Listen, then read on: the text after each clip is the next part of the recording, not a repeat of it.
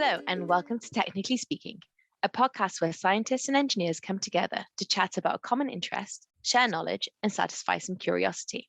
I'm Galia, and in this episode, I'm joined by Antonia, Jennifer, and Anika to talk about forecasting weather and offer our points of view on why we care about the weather and our ability to forecast it. I think it's a super relevant topic given the last couple of days, and I hope the content doesn't blow you away.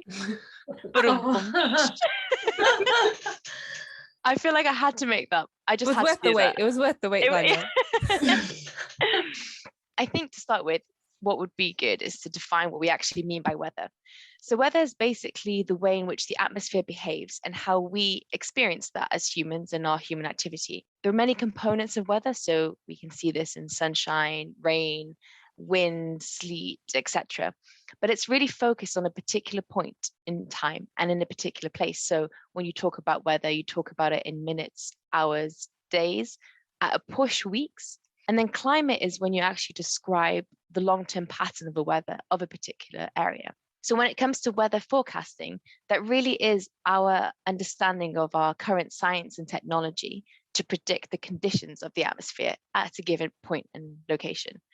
I feel like that is a definition of weather. Does anybody else have any things that they want to add to this definition? No, I think that's a good definition. And I think sometimes those things like last week can happen all in one day. Exactly. So why is weather forecasting important? For my industry, looking at kind of water resource planning, understanding rainfall activity is extremely important. It allows us to make sure that we have enough water to meet our demands for the foreseeable future. And by demands, I mean, drinking water, our agriculture uses, our ability to use a dishwasher, but also to make sure that there's enough water for the environment. And we also need to understand where it rains because that really affects our flooding and our drought planning. So for me, forecasting weather is extremely important. I know for you, Antonia, that it's also quite important to understand how this links to energy use. Yeah, so in the energy industry, the weather determines how much energy we'll use. When it's colder, we'll have more heating on. So that will affect gas usage and to some extent electricity, as we now have electric heating in homes. When it comes to darker days as well, we'll use more lighting. Now we have more efficient lighting, so that's changing. And now with technologies like wind and solar, we do need to bear in mind the climate more than weather, but it could still have an effect. The recent gas price increase was from less wind as well as other supply chain issues. I guess also you talked about like the cold, but also the opposite when it's hot. In a lot of places around the world, they have AC. So in either case, the energy is consumed in kind of any climate, almost any weather condition. Yeah, that's a good point. I was thinking so much about the UK winter recently and Storm Dudley and Eunice that I kind of forgot that there's hot climate and AC. I hope we get to have that experience soon. I'm very cold and it's very miserable outside.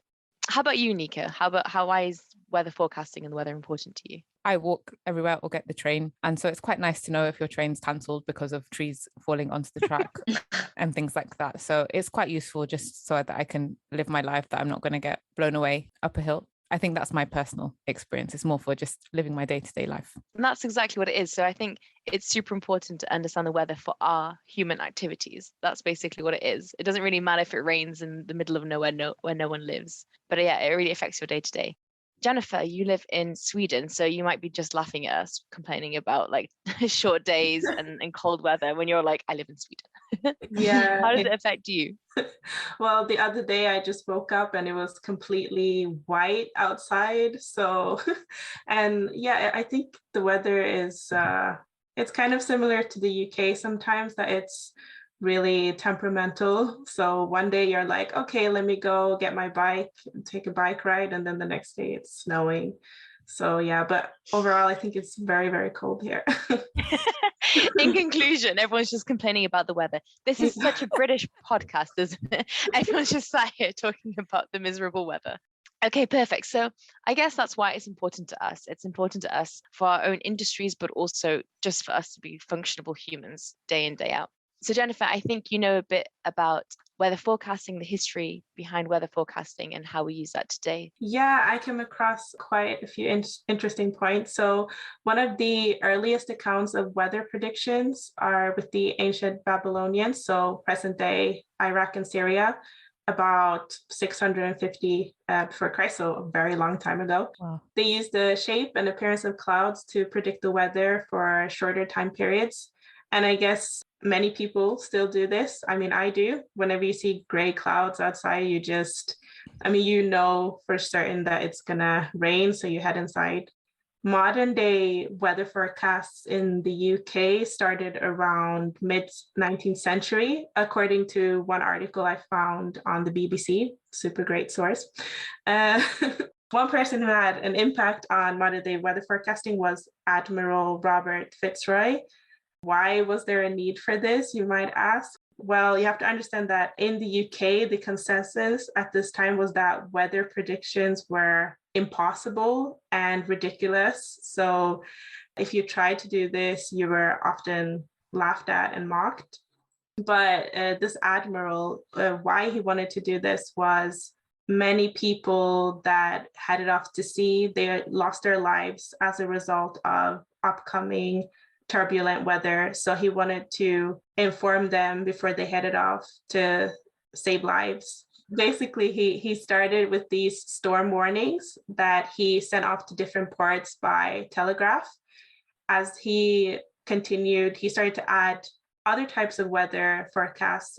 So not just storms, but like whether it's going to be raining or cloudy and so on.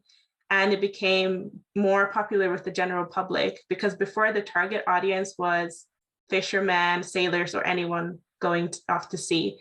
And these predictions were also published in newspapers. But unfortunately, many of these predictions were inaccurate and wrong. So he got quite mixed reviews. And you have to understand or think about fishermen who lost potential income because of these inaccurate predictions. So in the end, he was heavily criticized and mocked, and he actually took his own life. That's Quite sad. a sad story. Well, I think that really hones in on a particular point, which we talk a lot about on this podcast, and like science communication being one of them. So we understand, so he was looking at forecasting, for example, and trying to communicate that to the public, which was really important. But when you get it wrong, the consequences of getting it wrong, people just have like a massive distrust and just really kind of don't allow for that kind of those inaccuracies to come through, which is sad, and it's a hard thing to communicate. Yeah, I agree. Not just inaccuracy, but I guess just uncertainty seems to be something that, people like a straightforward answer, whereas you have all sorts of scientific theories or even established science, which we have, but there's an asterisk. We're a little bit uncertain about it, but then it can be, people are saying they don't believe in science anymore, but it's almost like a statistical, what's the word for it? Likelihood, Scenario? probability. Yeah. We have a large collection that even though we don't know for certain, it's almost 99%, but we still have to disclaim there is that 1% of uncertainty. Like when your weather app says there's 10% chance of rain, but you look outside and it looks like someone's throwing water from a bucket at your window. I think it's because that 10% isn't actually based on probability. It's also based on area coverage. So I think it's not just on probability, but usually when you just see a percentage, you're like, okay, there's only 10% chance. But actually there's a bit more to it than just the probability of it raining in your area. Antonio, just to go back to the modeling element, in my industry, we do a lot of modeling to kind of understand rainfall patterns, precipitation. So, if we do have a massive reservoir, is it going to be super hot, super sunny all the time and most of the water is going to evaporate, or is it going to be raining all the time? So these are important, but they're all based on the data that we have and then predicting scenarios for the future. And so we're getting better at the quality of our data at the moment. There's weather stations all around the UK, and it really helps to kind of understand what data we have and how we can manipulate that data. But we're still not in a position where we can kind of hand on heart say, this is the scenario that's going to happen over the next 10, 20, 30, 40 years. Anika, you're talking about looking outside and trying to understand the weather forecast over the next hour. And we're here in my industry trying to forecast for the next 80, 100 years. So there's going to be a massive element of like understanding that. And I think, again, what's difficult is that we're seeing the effects of climate change, but we really don't know what is actually going to happen. We're still learning that. So it's kind of learning on the job and trying to make our models learn on the job too, which is not easy. Yeah, there must be so many uncertainties with climate change just because there'll be so much less data available on these new patterns that are emerging. So yeah, it must be a huge challenge. In my industry, we focus on like a 1 in 10 scenario. So the chances of something, looking at historically what happens in that 10-year period. We look at 1 in 200, 1 in 500, but those events are becoming a lot more frequent now. So what used to be a 1 in 200 year event, so a flooding event or a storm event, is happening now like 1 in every 100 years. So our understanding of these events are actually changing, and we're not sure how quickly they're changing. And so that's why our input into the model isn't always accurate, because we're changing all the time. Antonia, what's your experiencing of modeling, and what knowledge can you impart on us? Don't say that, because I have no no knowledge. I have no knowledge. I know that there's different types of modeling you can do. You use historic data to forecast what might happen in the future, and you would use correlations. And if you grab multiple variables that have this effect, then you would be creating a multi-linear regression model. And that can be really good when you've got lots of historic data. You can quite reliably say these conditions are repeatable. But, with climate change, these variables have different effects on each other. And like Galia said, the statistical chances of these extreme events are happening more. I guess another way would be to actually create a model based on principles. So based on like, if pressure is at this, water, humidity, levels in the air, all this kind of thing, then we could try and forecast the weather based on that. But I think at that point, you need quite a big, chunky computer to be able to deal all those data points, because we want localized weather information. Because if you think about the mass of air over one area, and you have to model all of that with all the different changes at any given time, it's a lot of data to crunch in one go. Yeah, you need a lot of computational power to be able to determine that. And then I guess that begs the question, like, is it worth it? Do we really need to know exactly what the weather's going to be like at a very specific point in time? I mean, Anika does, so that she doesn't get, you said blown up the hill, I think you said at one point. Oh yeah, I've been like, also like my trains are just always cancelled anyway, regardless of the weather. So I don't know why they bother for that anyway. But yeah, it was so windy, like it was just ridiculous. But I think that's a really good point that Antonia raises about how localized we need to be. Like, do I need to know what's happening in my garden? Probably not. But do I need to know what's happening in all of Manchester? That's probably like more useful information to know. But it can be very hyper localized. Or you don't need to know in your garden, but if I was to come up with a flood evacuation plan, I need to know more than your garden, but the whole of Manchester is a bit too big.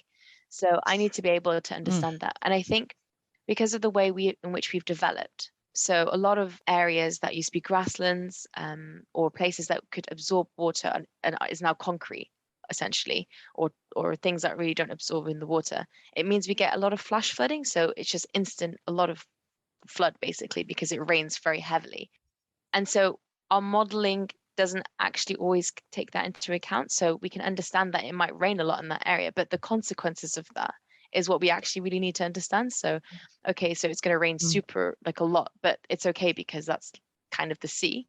But if it's like in central London, that's actually a big issue. We could see a lot of flash flooding. So it's a kind of understanding what the consequences of that, what the output of that model is, and how that translates to us. Did any of you watch the latest Russian Grand Prix? Nope. You're speaking to the wrong audience. We're all shaking our heads. No, but this had a huge consequence. So this is Formula One, and across the racetrack, it started raining, but some bits were drier and some bits were wetter. And, they have different tyres for different conditions. And because it was changeable, a lot of people were going to change their tyres, which would add time, so they would lose their position in track. And Lando Norris was leading. Him and his team thought that the rain wasn't that bad. the team had the information on screen to see how the rainfall was coming. And, they're looking at 1 minute intervals because across the track, they go, a lap's like 1 minute, 2 minutes. And so they needed that data to see how much rain was there going to be. He was coming into the last few laps of the race. He didn't pit. And Lewis, who was just behind him, did. And just after that, Lando spun, lost position, and lost his first win.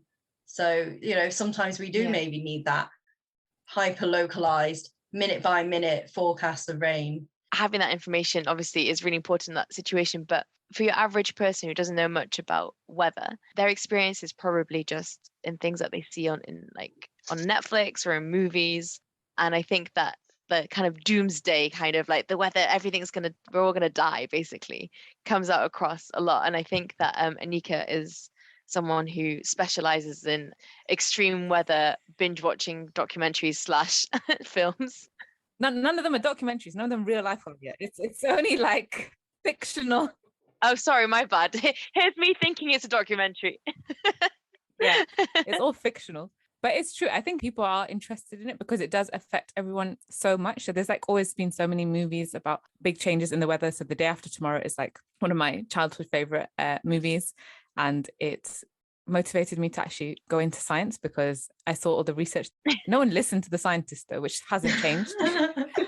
So I don't know why I didn't pick up on that no one listens to scientists. And I should have realized that at the time. But so this guy was had these models that he'd built up using old historical data from the Ice Age and stuff, and no one was listening to him, that the world's just going to something not very nice. And there was just an ice age and helicopters were freezing in the sky and falling down. Not very realistic, but after the storms this week, I'm could happen. Why not? Also, I think it plays a big role in setting the scene for a lot of things. So in a lot of stories, like Wizard of Oz, for example, that's there's a tornado and Dorothy ends up not in Kansas. Oh, in Oz, obviously. I was where does she go? She goes to Oz. Through this tornado. Also, the plot of a fabulous K-drama called Crash Landing on You, where a woman is testing a paraglider and ends up in North Korea because of a tornado. So tornadoes are ruthless, guys. They can take you to all sorts of places. So can we have a little disclaimer? If you get caught in a tornado, firstly, try not to get caught up in a tornado. Secondly, chances of you surviving that and ending up in a complete different continent, I'm not sure. She was in South Korea, to be fair, okay. So it wasn't that okay, fair. She wasn't in Manchester and ended up in North Korea. And also linking back to what Jennifer was saying at the beginning about storms, and that was the reason why these weather forecasts did come into play, that I think it obviously does have a huge impact on people's lives, especially these big events. I think having the information on that is so, this week, I think not much has changed from what you explained, Jennifer, before about the warnings for storms. Here it's also, they still did yellow warning, amber, red. I don't think much has changed in terms of the purpose of the forecast from when it first started. And I think what we've talked a lot about kind of forecasting weather, but there's also this other side where we are trying to kind of understand weather to kind of manipulate it and to be able to kind of control it within ourselves. So there's I'll give you an example. There's something called cloud seeding, and that's a form of geoengineering, which is kind of controversial, but it basically involves using silver iodide and getting that into clouds, and via aircraft, basically putting those clouds wherever you want them to be, and then that, I'm not entirely sure about the chemistry, but that the silver iodide then reacts and then droplets come down. So trying to kind of manipulate rain. And I guess that's a whole other discussion, but our understanding of weather is encouraging some people to actually use that to manipulate what we understand of weather at the moment. So I guess that's kind of the flip side of forecasting. It's okay, there's the forecasting element, but actually people are trying to control it as well. So they do this in the UAE, because I have some family there, and I remember being told, oh, they're making it rain today, and I'd be like, what? That's that's not real. How can they do this? And I can't believe that's 80 years old. Yeah, it's been around for a while. I think it was around for a while because of initially for more agricultural uses, to see if it was possible it's not a very good form of agricultural use.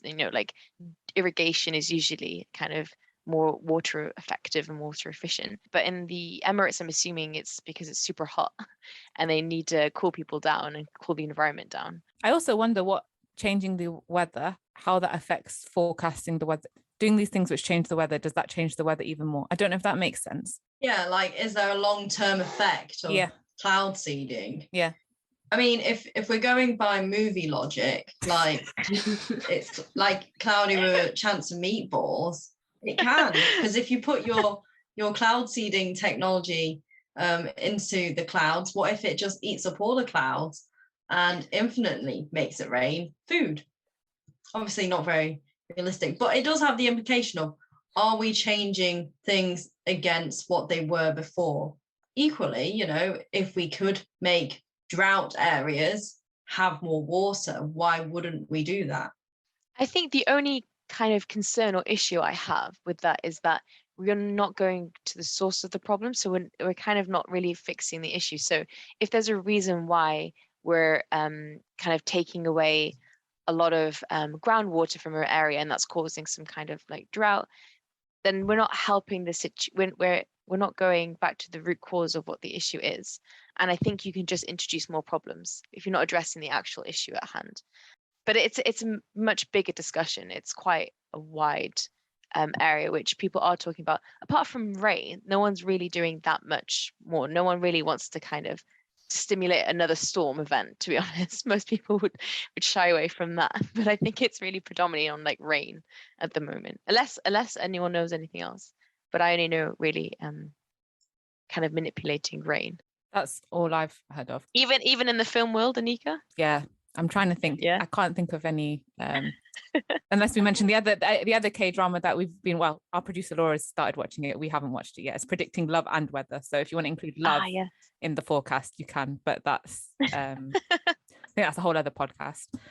I think we've also had a look at, when I say we, I mean geoengineering has had a look at if we can recreate the clouds to prevent as much global warming by shading the earth so that we have less solar radiation. Yeah. So that we, even though we have the greenhouse gas effect, maybe if we just let a little less sunlight in the first place, maybe all that will stay. Again, massive changes to, I guess, climate as opposed to weather. So really it's climate engineering.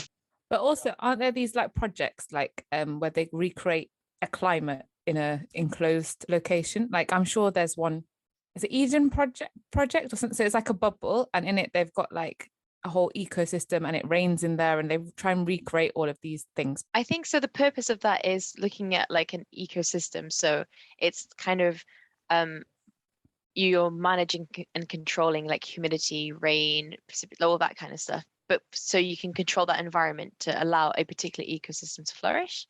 But I don't know about like kind of creating a world where you can then introduce lightning and then storm and then sleet. I don't know about if that kind of mini world exists. Possibly.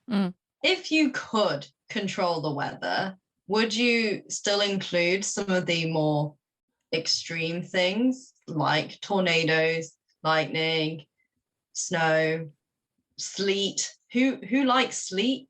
Like, would we choose to keep sleet in the mix or hail? I think this is when we have to take a step back and think about all the other species in the environment in the world. I don't know the benefit of sleet for like ladybugs or like trees. I don't know the effects it has on like the wider environment. But yeah, if we're looking at our own human species, possibly not. But it might, like looking further afield, it might actually be beneficial. I don't know how. That is true because I remember that. So I used to live in France and they used to have forest fires, and apparently this type of tree only propagates its pollen or whatever through, I don't know if it's pollen, whatever the seeds.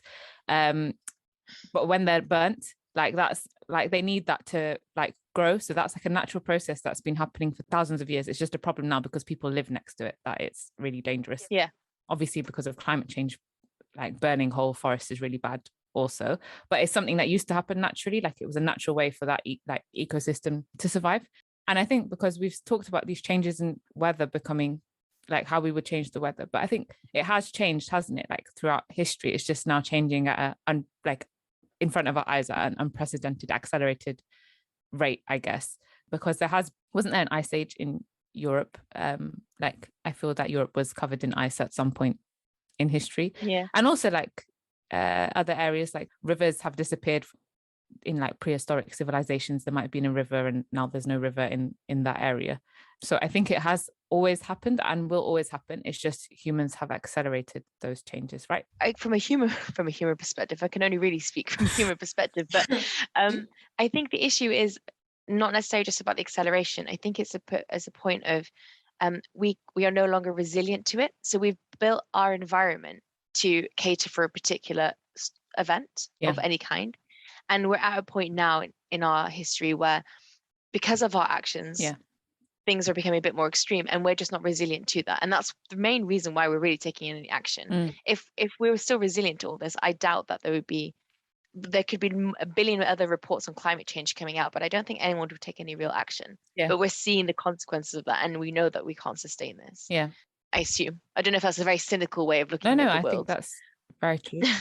I guess, from a conservation point of view, people would have said the ecosystem is getting pushed beyond the point of resilience, that we're losing so many species, and they would have been there if it wasn't for humans. So in a sense, we do kind of have to take action because it was our fault.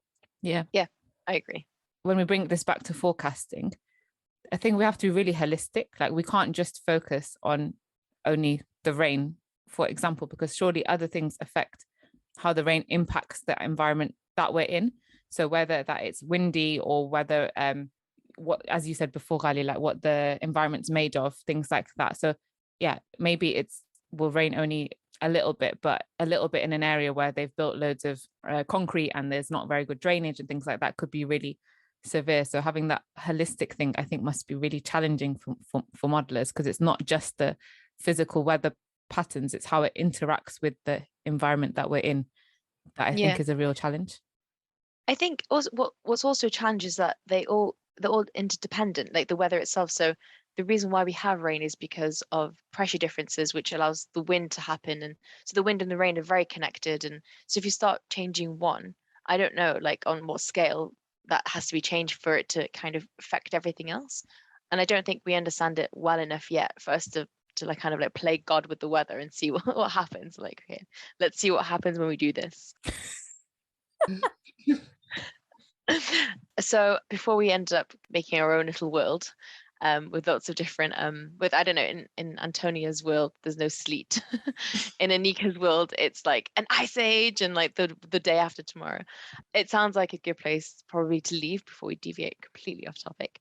So it's clear that we're still in a position where we're using historical data to kind of forecast the weather, and we're not there yet with like complete accuracy in terms of like forecasting it to the millimeter for the next like 10, 20, 30 years. We're getting a lot better at it. The main reason why we seem to be wanting to improve our modeling is just how it really affects us as humans and our human activity. And as Jennifer mentioned at the early stages, communicating that to people, understanding what that weather means to us is extremely important, because it affects not only Anika's train cancellations, but people's livelihoods and incomes. And I think that's really, really important to draw attention to that. Our predictions really are as good as our assumptions, and we're still trying to improve those assumptions as we're going forward. And maybe going forward, we'll be able to change the weather as well, as we have tried to predict in this podcast. Thank you very much, everybody. If you're interested in what we've said, please find us on Twitter or Instagram if you want to carry on this conversation, or leave a comment on the episode. The views expressed in this podcast belong entirely to the person that said them. They do not represent any industry or organisation. If you enjoyed listening to these views, it would really help us out if you could rate us, leave a review and tell a friend. This podcast was sponsored by no one, but if you're interested in funding us to continue to have frank discussions about science and engineering, please get in touch.